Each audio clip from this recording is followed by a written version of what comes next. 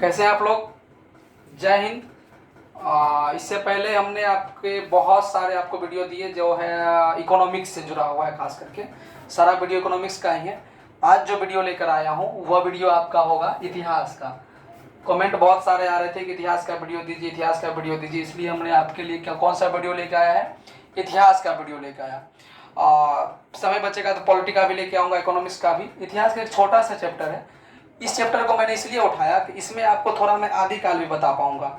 इस चैप्टर से आदिकाल, आधुनिक काल और मिडिएवल हिस्ट्री का थोड़ा थोड़ा लिंक है, इसलिए ये चैप्टर लेकर आया कि इसमें तीनों का थोड़ा ऑरल नॉलेज हम ले लेंगे। मतलब ऐसा नहीं कि हम उसमें ज़्यादा एंट्री करेंगे, ऑरल नॉलेज ले लेंगे, इससे हमें इतिहास की एक पकड़ हो जाएगी।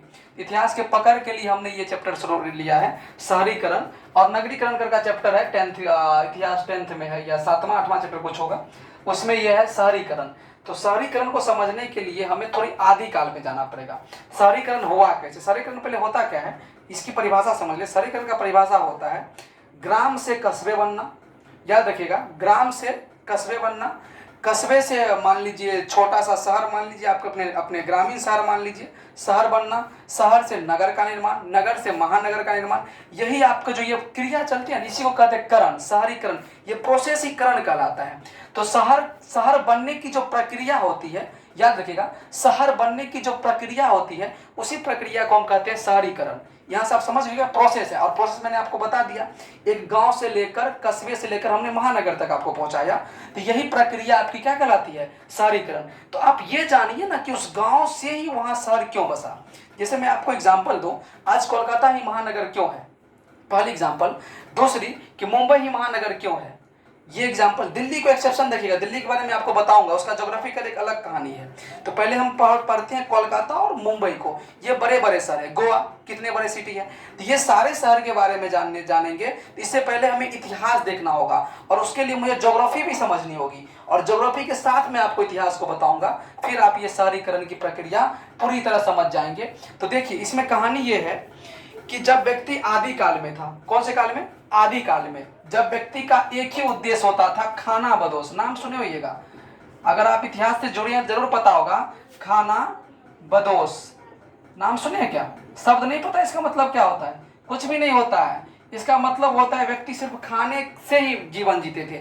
उनके जीवन में आपकी तरह बड़े बड़े सपने नहीं होते आईएएस आईपीएस बनने की। ना उसके जीवन में यह सपना होता था कि वह जाकर कहीं जमीन खरीदे और आईसी की तरह कार पर घूमे। उनके पास कोई साधन भी नहीं था। वो बहुत आदिकाल की हम बात कर रहे हैं, जिस समय में लोग का एक ही मकसद होता था, कहीं पेट भर जाए। पेट भरने की कहानी थी। तो मतलब चलता फिरता मानव, खाना बदोश का मतलब चलता फिरता मानव, जिसका एक ही उद्देश्य हो कि मुझे खाना कैसे प्राप्त करना है। याद रखिएगा, मुझे खाना कैसे प्राप्त करना, यानी एक एरिया का खाना खत्म होता था, यानी फल के फ्रूट्स खत्म हो जाते थे, और उसके आसपास का जो उसकी खाना जो खाते थे वो लोग, वो समाप्त हो जाते थे, या जानवर भाग जाते थे। ऐसी अगर स्थिति होती थी तो वो फिर वहां से चलकर दूसरे जंगलों में चले जाते थे, या वो आगे चलते रहते थे। इस स्थिति में बहुत व्यक्ति की मौत भी होती थी। जैसे अभी की तरह तो मैप नहीं था। जब मैप नहीं था तो लोग क्या करते थे, याद रखिएगा, जब लोगों के पास मैप नहीं था तो वो चलते चलते कभी ऐसे स्थिति में पहुंच जाते थे, जिस स्थिति में क्या होता था कि वो जाते जाते जाते कभी कभी ऐसा होता था कि वो बहुत सारे डेजर्ट एरिया में चला गया, जहां सिर्फ जंगल ही जंगल है। बहुत सारे ऐसे एरिया में चला गया जहां सिर्फ क्या है, जंगल ही जंगल है। उस जंगल में जाने से उसकी मृत्यु हो जाती थी। वहां जंगल के साथ मान लीजिए बालू ही बालू है। अब उसे पता थोड़ी है कि मैप से देख जाएगी एरिया में बहुत सारा बालू है। जैसे राजस्थान के थार मरुस्थल में आप पहुंच गए, आप ना जानते हैं कि थार बहुत बड़ी है, लेकिन उस टाइम के लोगों के पास मैप थोड़ी उसे जानता कि थार बहुत बड़ा है। तो वो चलता चलता इतना दूर सफर करता था और बीच में फंस जाता था। ना पीछे आने की सुविधा, ना आगे आने की सुविधा, ना उसके पास पानी। इस स्थिति में व्यक्ति की मौत भी होती थी। तो वो एक अलग चीज है। पहले हम ये देखते हैं, यहां तक आप समझ गए कहानी कि खाना बदोश के जीवन जीते थे। जब लोगों में भाषा की विकास हुई, लोगों में एकता की विकास हुई। एकता के विकास होने के पीछे क्या कहानी है, तो याद रखिएगा, दो व्यक्ति होते थे, पुरुष महिला। आपको पता ही है, पुरुष का काम होता था शिकार करना, और महिला के काम होता है भोजन इकट्ठा करना, यानी फल फूल इकट्ठा करना। तो याद रखिएगा, शिकार के बारे में जो अस्त्र शस्त्र बनाने का काम किया वो पुरुष किया, लेकिन जो फल यानी बीज की जो जानकारी सबसे पहले प्राप्त हुई वो महिला को। याद रखिए, क्वेश्चन पूछता है बीज की जानकारी सबसे पहले किसे प्राप्त हुई, तो महिला, क्योंकि महिला ही का ये काम था। और अच्छे अच्छे अस्त्र शस्त्र बनाने का काम किसका था, पुरुष का, क्योंकि वो शिकार करते थे। यहां से आप ये समझ गए। अब आप ये समझिए कि महिलाएं को जब बीज की जानकारी हुई तो उन्हें जब बीज के पता चला तो बीज से वो आप कहे कि हम लोग अब यहाँ फसल उगाएंगे, तो उन्हें थोड़ी बहुत आइडिया लगी, क्योंकि भाषा का विकास था नहीं, तो थोड़ा बहुत आइडिया लगा कि इसे अगर हम पानी के साथ मिट्टी में देते हैं इससे पौधा निकलता है, और जब ये पौधा बड़े होते हैं तो फिर इससे वही जो बीज को डालते हैं वही बीज इसमें आ जाता है और ये खाने लायक है। इतना उसे पता चला, और गेहूं धान की इसी से उत्पत्ति हुई, गेहूं धान की खेती के बारे में पता चला। तो महिलाएं को ये पता था कि हमें करना क्या है, हमें करना क्या है, खेती। खेती के लिए चाहिए क्या, पानी, याद रखिएगा पानी। आपके तरह नलकूप उसके पास था नहीं कि कहीं खेती कर लेगा, तो नलकूप नहीं था तो उसे क्या चाहिए, पानी। और पानी की जगह कहाँ होते हैं, समुद्र या तालाब। तो वो लोग क्या करते थे, समुद्र के किनारे जाकर ठहरना शुरू कर दिए। क्यों, क्योंकि उसे खेती करना था, और खेती करने के लिए वो समुद्र के किनारे ठहरे, और समुद्र के किनारे ठहरे और उससे वो खेती करना शुरू कर दिए। और खेती में आपको पता है कि 6 महीने की 6 महीना कम से कम खेती में समय लगता है, और 6 महीना कोई व्यक्ति एक जगह इंतजार करे तो इसमें एकता की भावना बढ़ती है। जब आप समाज में जुड़ के रहेंगे तो आपको एकता की भावना खुद आएगी। तो जब व्यक्ति एक जगह रहना शुरू किए, खाना बदोश वाली कहानी जब खत्म हो गई तो लोग फसल को लेकर क्या किए, फसल उगाने के लिए जब लोग क्या करने लगे, एक जगह रहना शुरू कर दिए, तो लोग में यूनिटी बनी, 10-10 का ग्रुप बनना शुरू। इतिहास समझिएगा, 10-10 का ग्रुप बनने लगा कि मेरा खेती हम इतना दूर हम करेंगे, तुम उतना दूर करो। इससे लोगों में ये भी जानकारी हुई कि जमीन क्या होता है और अपनी एरिया क्या होती है। एरिया का आइडिया थोड़ा बहुत यहाँ से लगना शुरू हो गया, लेकिन उतना नहीं। तो लोग क्या करते थे, अपने एरिया में गेहूं लगाते थे, फसल लगाते थे, उसके लिए 6 महीना इंतजार करते थे। इंतजार करने के बाद उसकी कटाई करते थे, कटाई करके फिर अपने मिट्टी गड्ढा करके उसमें इकट्ठा करके रखते थे, और फिर उसी से अपना परिवार चलाते थे और कच्चा मांस खाकर अपना जीवन जीते थे। धीरे धीरे जब सब कुछ विकास हो गया तो लोग कहे कि आप यहाँ से जाना नहीं, क्योंकि 6 महीना कहीं रहिएगा तो उस जगह से आपको प्रेम हो जाएगा। ये साइकोलॉजी का चीज है, 6 महीने रहने से आपको उस जगह से प्रेम बढ़ जाएगी, और जब उस जगह से आपका प्रेम बढ़ेगा तो आप उसे छोड़िएगा नहीं, किसी भी हालत में नहीं छोड़िएगा। जैसे आप अपने गांव को छोड़ सकते हैं इतनी आसानी से नहीं छोड़ सकते, क्योंकि यहाँ से आपका प्रेम हो गया, जुड़ाव हो गई। तो वो क्या किया, उस जगह को छोड़ना नहीं चाहते थे, इससे लोग वहीं बसना शुरू कर दिया। और संकट के समय भी लोग रुकने लगे। पहले क्या होता था, खाना बदोश में संकट के समय भाग जाता था, लेकिन अब क्या किया, संकट के समय संकट से झेलते हुए वहीं रुके जहां वो फसल का उत्पादन करते थे। अब याद रखिएगा, जब लोग रुकेगा, एक क्वेश्चन और बनता है, जब छोटी छोटी क्वेश्चन है, जब लोग रुकेगा तो रुकने से लोगों को क्या होती है, उसके लिए सुरक्षा चाहिए, रात में सोने के लिए सुरक्षा के लिए वो क्या करते थे, कुत्ता पालना शुरू कर दिया। तो बच्चा हम क्वेश्चन 5-6 क्लास में पूछता है कि सबसे पहले मानव कौन से जानवर को पाला, तो आपको यहाँ से पता लग गया, सबसे पहले मानव ने कुत्ता को पाला, क्योंकि वो पहरेदारी में काम आता था। उसके बाद घोड़ा को पाला, बैल को पाला, फिर गाय को पाला। अब जो पालते हैं, अब तो आदमी शेर को भी पालता है, वो एक अलग बात है। ये इस स्थिति में लोग पालना शुरू किया। तो ये पालतू जानवर की कहानी हो गई। लोग दूध का मतलब समझने लगे। धीरे धीरे जब विकास हुआ खेती का तो लोग वहीं ठहरे। अब जब वहीं ठहरे तो वहां लोग अपनी झोपड़ियां बना ली। अब वहां से प्रेम हो गया और जगह समुद्र के किनारे था। जब वहां लोग लंबे समय तक ठहरने लगे तो वहां धीरे धीरे कस्बे गांव बनना शुरू हो गया। और जब याद रखिए, समुद्र किनारे गांव बना, और गांव जहां पहले बनेगा स्वाभाविक है शहर वहीं पहले बसेगा, और शहर वहीं पहले बसेगा तो स्वाभाविक है नगर महानगर वहीं होगा, क्योंकि वो एक ऐतिहासिक जगह है। सबसे पहले लोग वहीं है, वहीं अपना हर चीज का विकास किया। और हम लोग अभी जहाँ जिस मोहल्ले में गांव में रहते, वहाँ विकास थोड़ी हुआ, वहाँ लोग आके रहे। वहाँ पहले लोग नहीं रहे, वहाँ हर संसाधन पूरी होने के बाद लोग यहाँ रहना शुरू करते हैं। लेकिन पहले जो आदि मानव थे वह समुद्र किनारे रहते थे। और यही कहानी है कि बड़े बड़े शहर आपको, पुराने शहर आपको समुद्र के किनारे देखने को मिलेंगे। इसका मेन कारण है फसल का उत्पादन। ये चीज समझ गए। अब हम आपको ये बताते हैं कि शहरीकरण के बाद हुआ क्या। अब हम भारत के आधुनिक का, ये आपको बता दिए पुरानी कहानी आदिकाल की। अब हम आधुनिक काल में आते हैं। जब 1757 के बाद ब्रिटिश का कमर भारत में मजबूत हो गया। नॉर्मल समझिएगा, ऑरल बता रहे हैं। 1757 के बाद ब्रिटिश का कमर, प्लासी के युद्ध आपको पता होगा, प्लासी के युद्ध के बाद 1757 के बाद क्या होगी, ब्रिटिश की कमर बंगाल पर बहुत ज्यादा मजबूत हो गई। इसका यह मतलब है कि इससे पहले भारत को सोने का चिड़िया कहा जाता था। सोने का चिड़िया का मतलब ये नहीं कि यहाँ सोना का चिड़िया उड़ता था। इसका मतलब ये हो जाता है कि यहाँ लोग सुखी संपन्न होते थे। यहाँ के लोगों का उत्पादन इतना बेहतर था कि लोग अपने जीवन खुशी से जीते थे। सारे त्योहार अपने मन से, अपने किसी दबाव पर अपने मन से मनाते थे। तो ये लोगों की पहले की जीवन थी। लोगों के पास इतना आय था कि अपना जीवन अच्छी तरह से जीते थे। मतलब वह 6 महीने जो फसल लगाने के बाद 6 महीने फसल लगने में जो समय लगते हैं, उस समय में वो बैठते नहीं थे। अभी भी गांव में लोग बैठते आपको मिलेंगे, लेकिन वो 6 महीने के समय में लोग बैठते नहीं थे। इस 6 महीने के समय में लोग क्या करते थे, उत्पादन का काम करते थे, यानी शिल्प का काम करते थे, कपड़ा बनाते थे। 6 महीने बैठते नहीं थे, 6 महीने शिल्प का काम करते थे। बढ़ई अपना बढ़ईगिरी का काम करते था, कुम्हार अपना बर्तन का काम करता था, रंगरेज कपड़ा रंगने का काम करता था, तो और जो छापा खाना होता है, यानी जो मोहर लगाने का काम करता है, वो मोहर लगाने का, यानी लोग बैठते नहीं थे। बेरोजगारी भारत में बहुत कम थी, इसलिए इसे सोने का चिड़िया कहा जाता था। लेकिन जब ब्रिटेन का राज हो गया 1757 के बाद, यहाँ पूरा मजबूत हो गई, तो इससे मतलब उतना ज्यादा दोहन नहीं किया, सिर्फ टैक्स ले जाते थे थोड़ा बहुत। लेकिन कमर तो बंगाल और भारत की तब टूटी जब ब्रिटेन में औद्योगिक क्रांति का शुरुआत हुआ। याद रखिएगा, अब बेहतरीन तरह से यहाँ का दोहन होगा। कौन चीज का? औद्योगिक क्रांति का जब यहाँ शुरुआत हो गया, ये बात आप समझिएगा। औद्योगिक क्रांति ये कहा जाता है 18वीं सदी के शुरुआत में, लगभग 1747, लगभग मान लीजिए 47-48 कहानी है, से 1815 तक मान लीजिए, या 1845 तक, जो माने इस बीच का काल रहा था। स्टार्टिंग पीरियड आप देख लीजिए 1747 का, नहीं इसी के आसपास का है। इस टाइम में क्या हो गया? औद्योगिक क्रांति ब्रिटेन में आ गई। औद्योगिक क्रांति का मतलब ब्रिटेन में अब मशीन बन गई। किस चीज का? तो कपड़े उत्पादन का। याद रखिएगा, ब्रिटेन में कपड़े उत्पादन का मशीन बन गया। भारत में इतना बेहतरीन कपड़ा उत्पादन होता था कि इसका मांग विदेश में बहुत अधिक था पहले।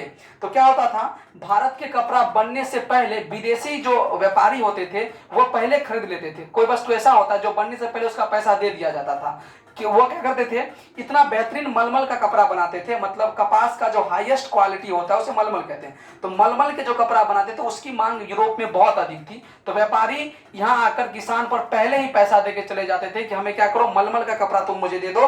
तो इससे क्या होता था, किसान को सिर्फ बनाने का, शिल्पकार को सिर्फ बनाने का टेंशन होता था, बेचने का टेंशन नहीं होता था। और जब आपको पता है कि कस्टमर बहुत हो, याद रखिए इकोनॉमिक्स का चीज है, जब कस्टमर बहुत हो और वस्तु कम हो तो स्वाभाविक है उसका कीमत बढ़ जाएगा।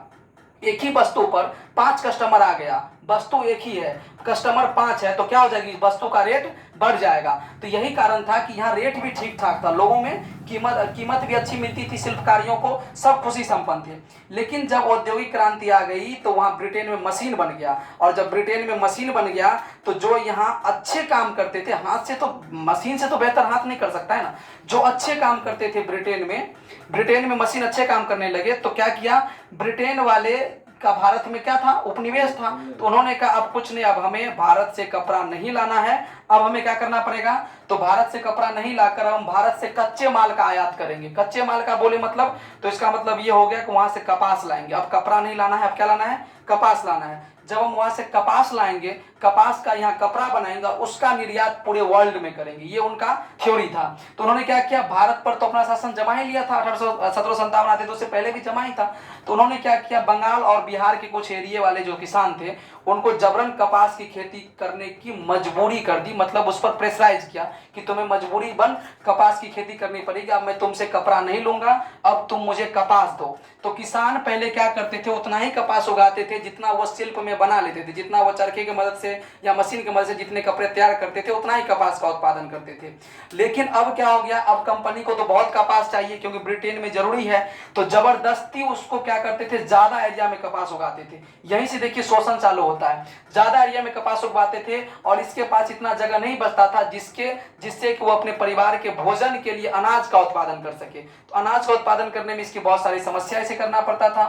तो क्या होगी, जबरन कपास उगवाया और कपास को सस्ते मूल्य पर, देखो डबल लॉस होगा, कपास के सस्ते कीमत पर क्या करता था, यहाँ से एक्सपोर्ट करता था, मतलब यहाँ से निर्यात करता था। यहाँ से सारे वस्तु को, सारे कपास को कहाँ ले जाता था, ब्रिटेन। और ब्रिटेन सारे कपास को ले जाने के बाद वहाँ मशीन में अच्छी तरह से बनाकर, क्योंकि यहाँ 1 घंटे में अगर 1 कपड़े बनते तो वहाँ 1 घंटे में 100 कपड़े बनेंगे, क्योंकि वो मशीन है।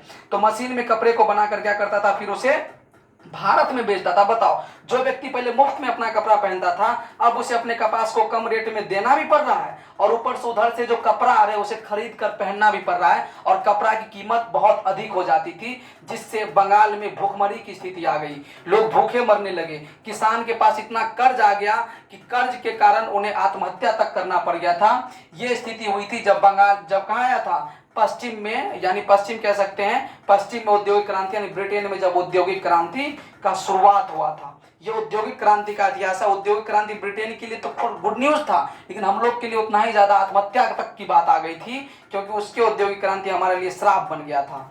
तो ये होगी औद्योगिक क्रांति की कहानी, नगर कैसे बसा और नगर बसने के बाद। अब एक बात क्वेश्चन यहाँ से आता है कि नगर और गांव में क्या अंतर है, तो ये अंतर इसमें समझिएगा। क्वेश्चन पूछता है कि नगर और गांव में क्या अंतर है, तो इसमें 2-3 बात आपको याद रखना है। इतिहास देखिए रटने की चीज नहीं होती है, उसे अगर आप समझ जाइएगा ना तो इसमें उसमें थोड़ा बहुत रट लीजिएगा तो काम बन जाएगा। इतिहास रटिए मत, समझिए। उसमें शहर और गांव में अंतर बताते हैं आपको। ये हो गया शहर और ये हो गया गांव। देखिए अंतर क्या होता है, ये क्वेश्चन इसमें होगा कहीं, देख लीजिएगा। शहर जो होता है, शहर में अकेलापन ज्यादा होता है। पहला आपको ये मानना है कि शहर में अकेलापन ज्यादा होता है, गांव में अकेलापन कम होता है। एक काम हो गई। दूसरा, गांव में सामाजिक प्रतिबंध अधिक होते हैं, यानी सामाजिक दबाव कह सकते हैं, या समाज के अंदर जुड़ के रहने की भावना, पॉजिटिव बोलिए निगेटिव नहीं, समाज में जुड़ के रहने की भावना अधिक होती है, जिसके कारण लोग यहाँ गलत काम करने से डरते हैं, क्योंकि समाज के प्रतिबंध में रहते हैं।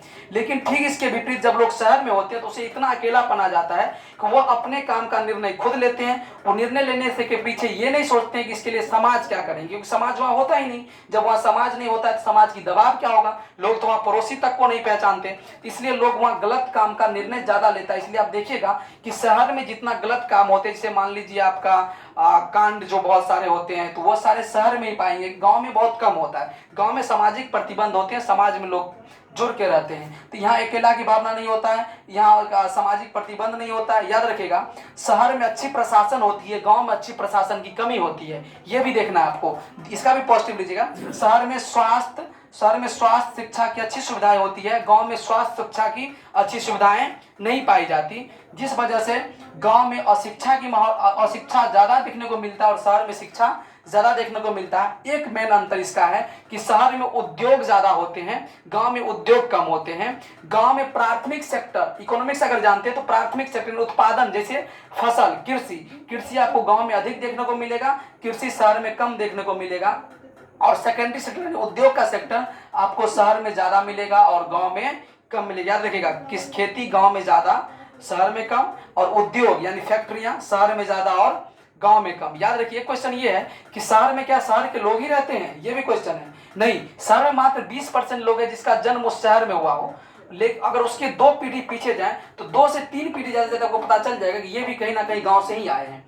कोई व्यक्ति शहर के पूर्णतः निवासी नहीं होते, बहुत कम ऐसे व्यक्ति हैं जो शहर के पूर्णतः निवासी पाए जाएंगे। बाद बाकी को अगर आप देखें, या तो 1 पीढ़ी पहले से वो शहर में रह रहा है, या 2 पीढ़ी पहले से रह रहा है, या वो खुद शहर में आकर रहना शुरू किया है। क्योंकि जब लोग का इनकम बढ़ता है तो वो शहर की ओर कूच करता है, मतलब शहर की ओर जाता है, और शहर की माहौल से इतनी अच्छी लगती है कि वहाँ स्वास्थ्य की सुविधा होती है, शिक्षा की सुविधा होती है, सामाजिक प्रतिबंध। लेकिन लोगों को आजादी चाहिए। सामाजिक प्रतिबंध अच्छी है, गलत काम नहीं करता, लेकिन लोग का अगर मानवता को देखेगा तो उन्हें आजादी चाहिए होता है, तो उसे वहाँ पूरा आजादी मिलता है, जिस वजह से लोग शहर में रहना ज्यादा पसंद करते हैं और गांव में रहना कम पसंद करते हैं। तो ये सारी कहानियां जो है किसकी थी, तो ये सारी कहानियां शहर और गांव की हो गई थी। शहरीकरण का आप इतिहास समझ गए, औद्योगिक क्रांति का मतलब समझ गए।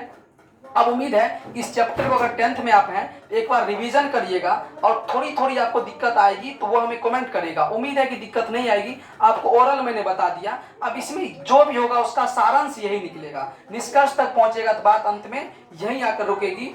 तो अब आपको अगर ऐसा वीडियो दूसरा चाहिए तो हमें कमेंट करिएगा, मैं उस चैप्टर पर बना दूंगा, जब ऐसे कोई दिक्कत है नहीं। जो भी चैप्टर आपको चाहिए हमें कमेंट करिएगा।